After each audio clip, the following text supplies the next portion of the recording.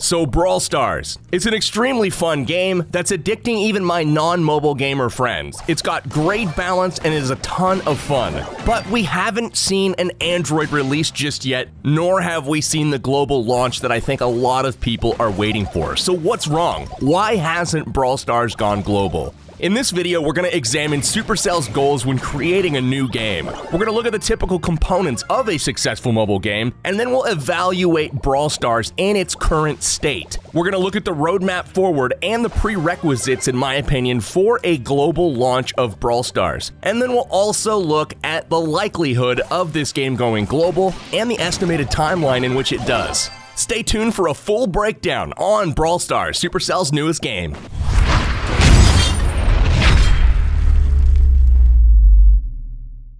Thanks for tuning into the video. Today, first, we're going to look at Supercell specifically and what they're looking for when they create a new mobile game. Supercell is different from most game development companies. They're kind of a different breed. They're not just looking to put out a game that people like. They're looking to put out a game that's going to be loved, revered, something that people are going to play, millions of people, for several years, even decades. Now that might seem hard to imagine or fathom, but look at the most successful companies out there in video game development. Look at companies like Riot, like Blizzard. They're putting out games that people have played for years and years and years, and Supercell is looking to duplicate that type of success on the mobile platform. They're also looking to perform well with their games. So when they put out a game, it's not enough for people just to say, oh, that's pretty cool, give it a shot, download it, and then put it aside. That's not good enough. Supercell's looking to continuously put their games in the top 10 most downloaded and top grossing apps in the App Store. So when you see Clash of Clans and Clash Royale continuously putting up numbers in the App Store, that is the type of success that Supercell's looking for when they put out a new game. So Brawl Stars has to be considered on that same level when we're looking at, is this ready for a global release? Now that we know what Supercell is looking for when they make a mobile game, let's look at their other games, or even successful games in the mobile gaming industry. What makes them successful? Why are they good? Here are some of the typical components, in my opinion, of a successful game. First off, this is an obvious one. It needs to be fun. It has to capture your attention and make you want to play. It also needs to be fair. This means no cheating, and everybody inside the game has the same opportunity to do well. There needs to be a lot of variety, lots of activities to do inside the game. Variety means the game doesn't get stale as fast. It also shouldn't be predominantly pay to win.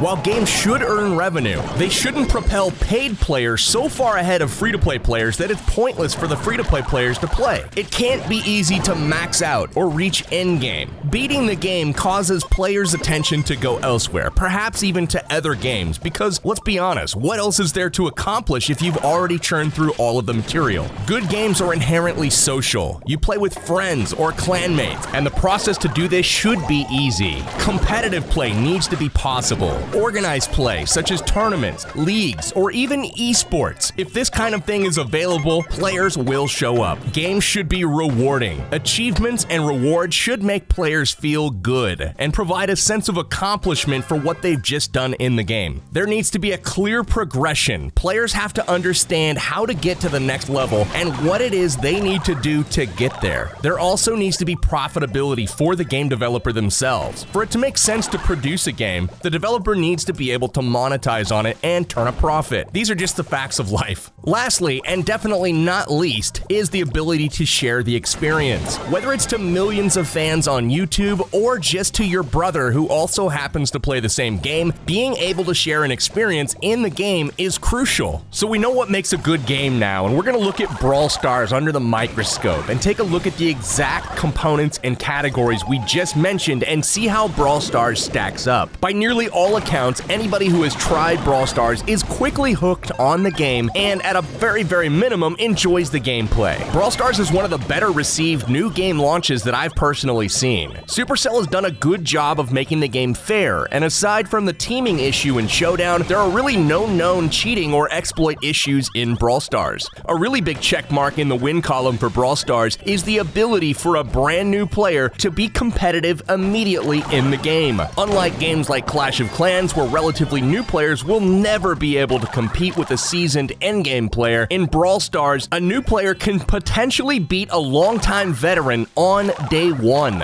So far in Brawl Stars, there are 5 different game modes, with several different maps on each mode, and there are also 18 brawlers. These numbers for the most part are pretty good. More is obviously better until we reach a sweet spot, but early indications show that players are enjoying nearly every game mode and that there's a great variety of brawlers for a new game. While there is a small pay-to-win aspect to Brawl Stars, and that's a current gripe for a lot of serious MOBA players, it's still not large enough of a difference to make it impossible for a free-to-play player to compete. I've seen many free-to-play players, and even brawlers with 0 elixir invested, beat out maxed brawlers due to better skills and/or team play. The social aspect in Brawl Stars is well above average, but it can be improved on even more. More info on this in a minute, but with 100-man bands, lots of people are able to be included in your circle of friends, and you're able to enjoy the game with a lot of people. The game rooms are a huge bonus. This allows coordinated play inside of small teams, pre-made groups, and the ability to coordinate with those people outside of your band. This is a much improved system from Clash of Clans and Clash Royale, where you actually have to go create pop-up clans in order to properly socialize the way you want to.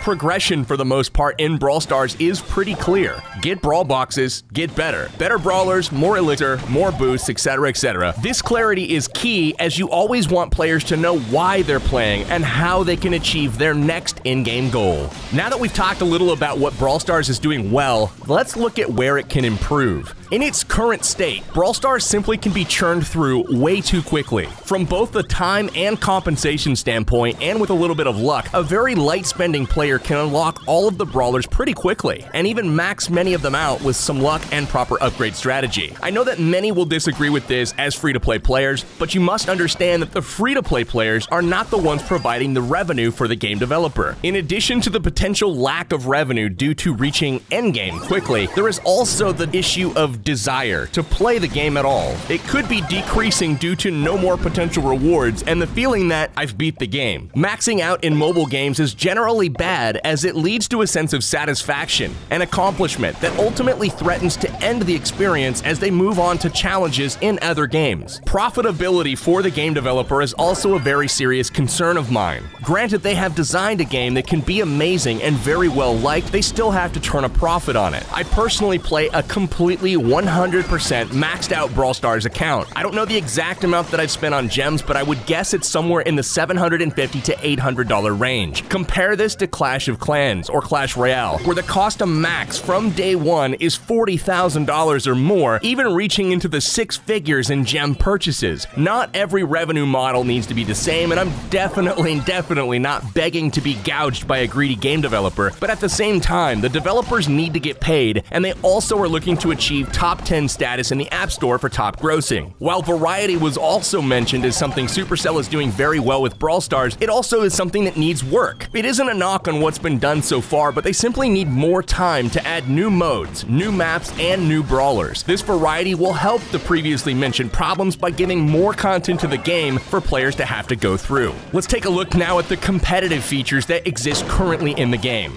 You can create game rooms and work with a pre-made 3-man team. This is a really cool feature, but you can't currently go up against other 3-man teams, or at least on purpose. The ability to arrange matches is missing from the game currently, and this is probably the biggest knock on the game right now in my opinion. No ability to play against opponents of your choice eliminates the ability to have leagues, tournaments, organized play on streams or in videos, and also the ability to practice against teams that are sharing in the same objectives to get better or work on a specific style of gameplay. Once competitive play features are implemented into Brawl Stars, this game really has a great chance of taking off, with the potential adoption into competitive leagues, professional team play, and even esports. Lastly, let's look at the ability to share the user experience. Currently, there really isn't an ability to do this. Unless you have the ability to capture gameplay using third-party software and hardware in real time, a la a YouTuber, you simply can't share the experience at all. Some of the things that are missing from Brawl Stars are as follows. Spectating, the ability to watch others play. This includes watching the remainder reminder of a showdown match that you were a part of but failed to win. Watching your teammates play and even top players play in a TV Royale style showcase system is a great way to learn and to get better. You can learn from other people's mistakes. Not to mention, it's a fantastic source of content to be surfaced for the masses. Stats and recap of matches or rounds is one of the most celebrated aspects of nearly any multiplayer game. That's things like the kill to death ratio or other objective-based points. Leaving it out of Brawl Stars simply feels wrong. In addition to being able to spectate games or watch them live, replays would be a huge new feature in this game. For content creators and average Joes alike, you can't always plan when something is going to happen that's cool or you want to share. When something does happen that's cool and you want to share this, either with millions of people online or just with your brother or friends who happen to play also, a replay system can help accomplish this. Lastly, as a further enhancement to the user experience, small instant replays of key moments would be a welcomed addition in my opinion. Think like Rocket League after a goal is scored. You get to see a short 5-second slow-mo recap of the lead up to the score, and you can take satisfaction in reliving the moment as a spectator. Oftentimes, catching those key details while you're actually trying to play the game as a competitor is difficult, and reliving those as a spectator brings a lot of joy. We just went over Brawl Stars pretty thoroughly. We looked at a lot of things that have been done really well, and we also identified some ways to improve the game where they either simply haven't thought of it yet or haven't had the time to develop it. There is more to be done before Supercell can confidently launch the game and have a really good shot at achieving their goal of a top 10 mobile game, with the ability to lock in users for years. Here are the things that I think absolutely need to happen in this game, and a note on whether or not it's needed before it can launch globally. First and foremost is the spectator mode. It absolutely has to be put in the game. The ability to watch others is crucial, and this does need to happen before a global launch. Replays are another crucial feature that I feel must go into the game before it does launch globally. Those combined with the spectator mode, it's a pretty significant developer commitment, and it's going to take some time to actually make those things a reality. Scoreboard and stats, I feel, is a kind of a low-hanging fruit item where it seems as though the internal team has some disagreement on whether or not to include this or not. My personal feel, and almost everybody that I've talked to that has played this game, they feel that, man, why can't I see how I did after the game? I want to know if that, really good round I had was my personal best. It's really hard to say. I know that the argument to putting this feature in the game is you get a bunch of players out there kill whoring, so to speak, going after kill to death ratio and trying not to die rather than playing the objective. That's why I suggest that you put in points for objectives into the scoreboard itself and make it so people are rewarded publicly for playing the objectives. The instant replays that we mentioned would be a really cool feature, but for me, that's kind of like the icing on the cake. I don't feel it's a prerequisite for a global launch, although I would really like to see it get put in. It's one of those things for me that's not at the top of the priority list, but if the time and resources were available, I think it would be a definite positive addition to the game. The ability to challenge other teams and play in head-to-head mode with teammates is an absolute yes. This has to go in before it goes global. That's just my opinion on that, but this would open up so many things on the competitive scene, from head-to-head matchups that you want to have, to team practices, to scrimmages, to league play, tournaments, esports, you name it. I know there's a ton of eyeballs on this game as far as interest level for the esports scene. I think that the opportunity is definitely there. It's just a matter of the development team allowing us to take advantage of the game that they've put out there. More brawlers, more game modes. Yes, these are absolutely needed, and I feel that there is more needed before the game goes to launch. More brawlers. There are currently 18 of them in the game. I feel like a good target for a global launch would be somewhere in the neighborhood of 24 brawlers. For game modes, I feel like the target should be 6 to 7, depending on how much extra involvement that extra game mode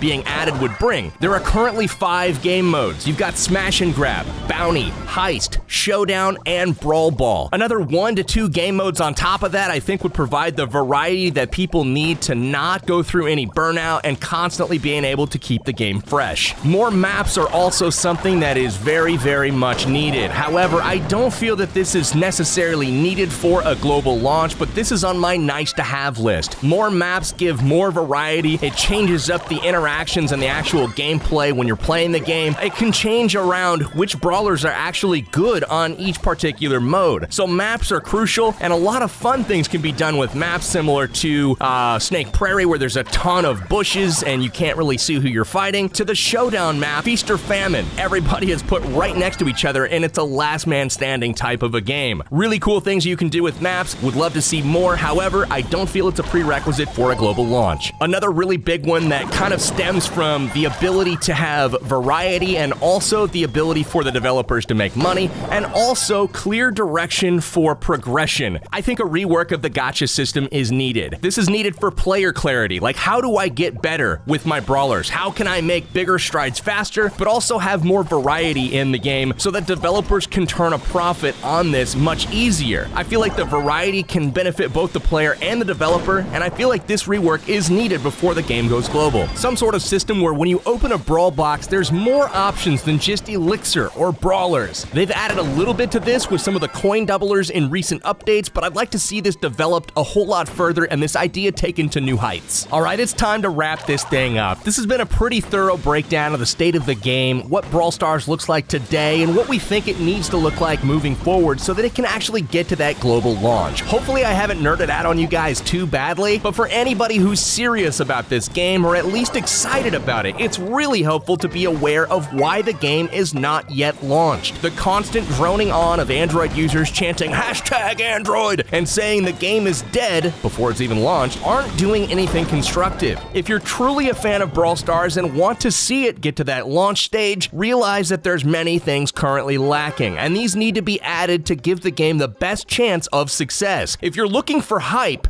keep chanting #Android. But if you're looking for a long-lasting, successful game that you can play for years, add constructive feedback to the conversation about features you'd like to see or what you think is currently missing from the game. In the game development cycle, it's impossible to develop the ideal playing experience without actually putting the game in the hands of the players. This is why there's a soft launch period, and that allows a small group of people to give the development team the feedback they need to make a truly great game. The reason you see this launch for iOS only rather than Android is when you put out an APK, which is the actual software files for Android that's easily taken apart by developers around the world, and then you have the issue of the game in a non-finished state being distributed widely to private servers and the like. Now, I'm firmly in the I love Brawl Stars camp, and like all of you Android users and beta players alike, I want this game to go global ASAP, but not at the expense of the game itself. If I had to wager a guess as to when this game goes live for everyone, I'd say we're looking at